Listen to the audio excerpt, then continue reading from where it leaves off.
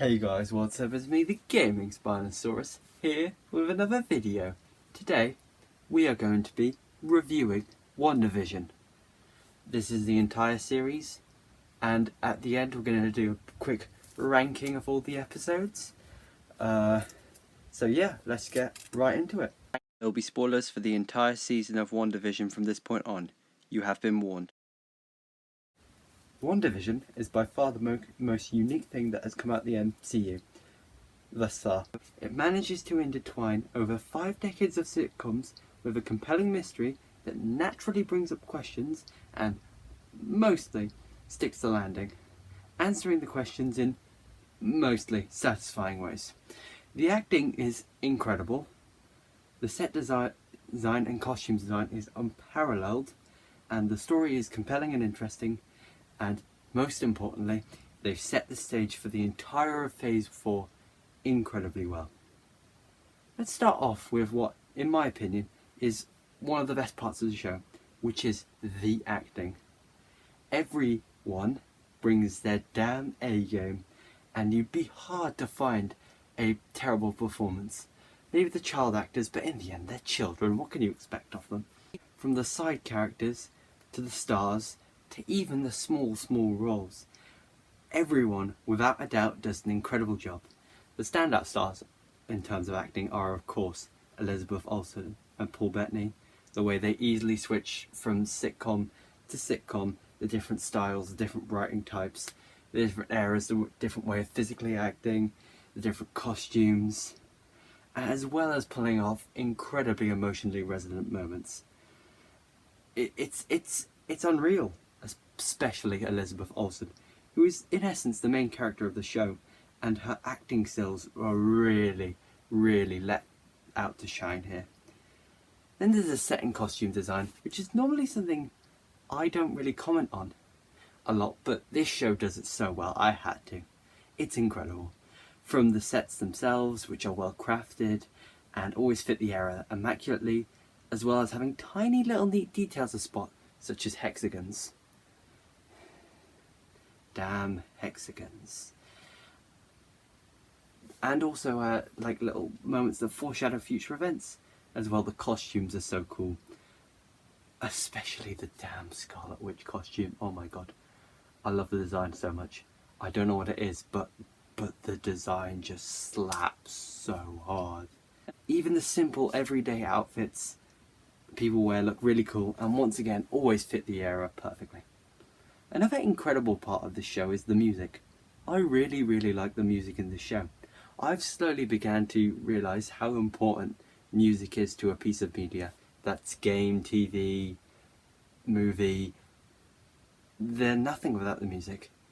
Music can bring everything together, and this show, I love the music. I think the main theme completely encapsulates the show's essence.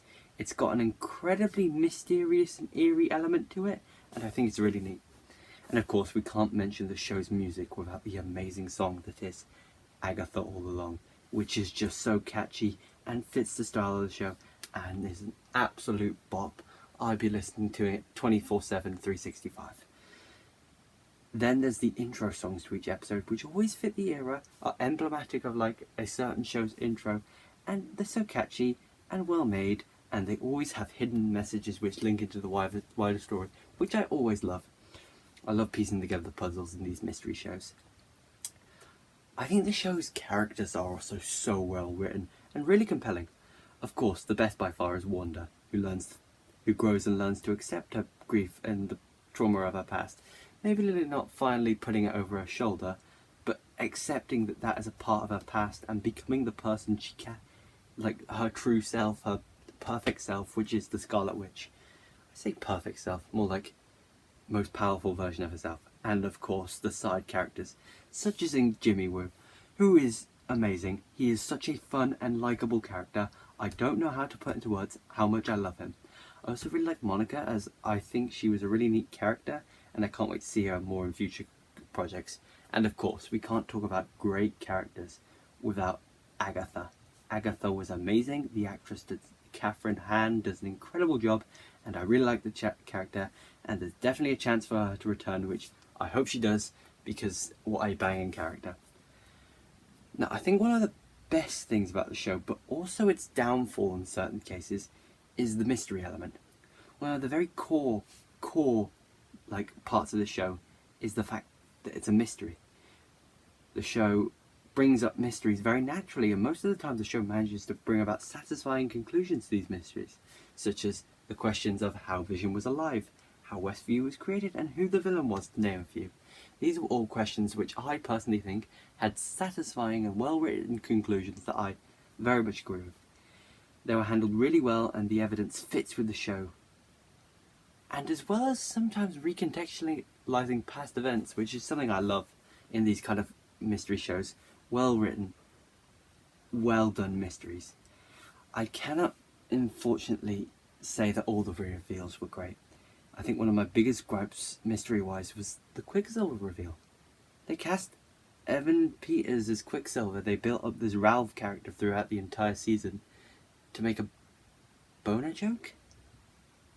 Let that sink in.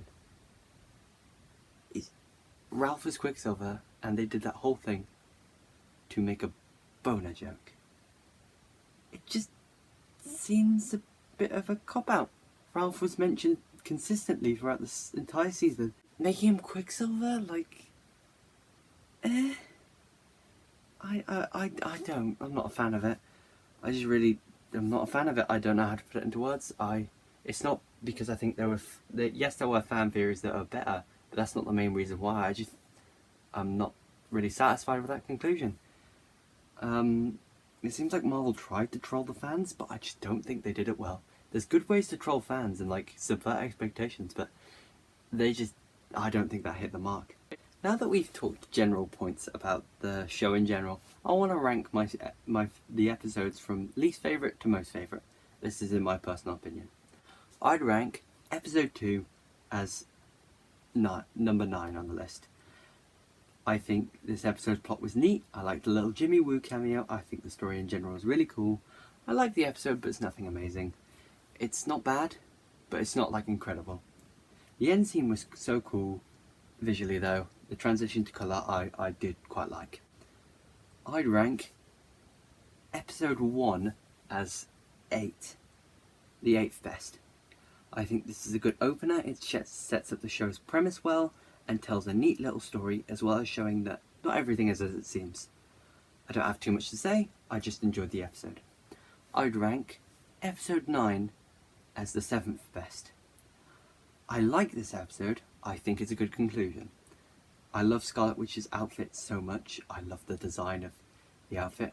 I like the two Visions conflict, and the way it kind of ends in like a battle of, not really a battle of the wits, but like this thought thing, because in the end they're two hyper intelligent androids. They're not just going to punch it out till one of them goes down, and I like the way they handled it. But I really felt they could have done more with the Wanda and Agatha duel, as they're two very powerful witches with skill and badassery. I mean, Wanda's said to be more powerful than the damn Sorceress Supreme, and Agatha has the knowledge of 300 years worth of spells and training. Like, I don't know, it just felt a bit lackluster there. I really liked the emotional resolution though. I think that was a perfect way to end the show, because it is kind of a bittersweet ending. It's sad, but like, I think Wanda's accepted his death, which is quite nice. I like the end credit scene, and it sets up that Wanda wants to get back her children. As I've already mentioned, I'm not happy with the Pietro reveal. I think they teased something and then trolled us, but the troll wasn't done well. Also, at one point, if White Vision just becomes another Vision again, I won't be a fan of that, because it completely undermines Vision's death in not only this episode, but his sacrifice in Infinity War. I'd say that the 6th best episode was episode 4. All I'm gonna say is that Jimmy Woo is the greatest character ever. Just ever. He is funny, a lovely person, and I just think he's great. Apart from that perfect being, this episode is somewhat expositional without it overwhelming the story and the dialogue. The story itself recontextualizes the previous 3 episodes and is overall just really neat. I also think they handled Monica's character quite well. and her reintroduction into the MCU as an adult. Overall, they do everything pretty well, but it's not like incredible. I'd rank episode 3 as the 5th best. I just held up 3 fingers. This is the first proper time we see Wanda's powers during the show, and it's badass as hell. Also, this episode has a creepy and eerie feel to it, as the dialogue, the character's actions, and Wanda's like little moment at the end where she's like smiling into the camera. Oh man, I wouldn't really say smiling into the camera. I don't know how to describe it. That cool shot at the end though. This is the first episode that references the real world, but also has like quite a nice story and an incredible emotional moment that is the birth of Wanda's children. I'd rank episode 7 as my 4th favourite episode. I hold up 4 fingers there, guys. I can count. I'd say I quite like the Office and Modern Family style comedy and dialogue. I like the "it's been Agatha all along" reveal right at the end. Yeah, I like the kind of hints you get towards Agnes being something more during the episode, like her offhanded comments. I like Wanda's character, how she's just completely given up. That's quite good. Darcy and Vision had this nice back and forth, and I like how they play with like the Modern Family-esque style where he just flies away during like the fourth wall breaking conversation. Overall, I think this is a really, really good episode. My 3rd favourite episode is episode 5. I really like the 80s feel and vibe of the episode. I really like how well they switch between the sword subplot and the sitcom plot. That just goes throughout the entire show, but this is the first time it actually happens, and they do it well, and that's consistent. And the Evan Peters reveal at the end was really cool, and it set a precedent for the show. My 2nd favourite episode is episode 6. This episode has some incredible costume design, the acting is good, I like the 90s style and the 90s tone and all the Halloween hijinks. It progresses the series plot onwards by Vision's investigation and Agnes's evil plotting, and I quite like Agnes's evil plotting. Agatha, Agnes, same thing. I've got to say my favourite performance though was definitely Evan Peters' Pietro. I love Evan Peters' Pietro. He is so cool. Now, my favourite episode, the one I'd rank the best, and possibly one of the best things to come out of the MCU in my opinion, is Previously On. This episode has solved a lot of the mysteries the show brought up in with like such great care and detail and well written answers that make sense. It delved into Wanda's backstory, something we hadn't seen, and that brought a whole host of emotional moments on. The acting was incredible, especially damn Elizabeth Olsen. She played Wanda so well, and that scene at the end where she's like crying and breaks down, I'll be honest, might have cried. There's only a chance I cried though. Definitely would not. I do not cry at TV shows. I have never done that, especially not 2020. No, let's move on to complimenting the film. The writing is impeccable as well, and the story is impactful. I like the flashbacks, they work well, and I like Agatha. I can't think of any flaws of this episode, I'm being honest. It is easily the best of the series, and one of the best bits of content to come out of the MCU, in my humble opinion. So overall, this series, while it has its flaws, while it has its downside, is a perfect beginning to Phase 4, I think. Setting the scene along with setting up future movies, such as Doctor Strange in the Multiverse of Madness, almost effortlessly. All I can say is I'm excited to see the next Disney Plus Marvel shows, as this show reeks of uniqueness and individuality, and I hope Falcon and and the Winter Soldier follows suit and tries something new, which it seems it will be. It seems it will be trying like martial arts and, you know, a bit more violent action, which I'm fine with. But I'll be there to review it, don't you worry. So, overall opinions, really like the show. Has its downsides, but overall, incredibly well crafted, well written, well acted. And I'm going to leave that video here. If you liked it, please do smash like. Subscribe for more content. If you do subscribe, be sure to hit the bell icon to be notified whenever I upload. I've been the Games Dinosaurus. You guys have been awesome. I'll see you in the next video. Bye bye now.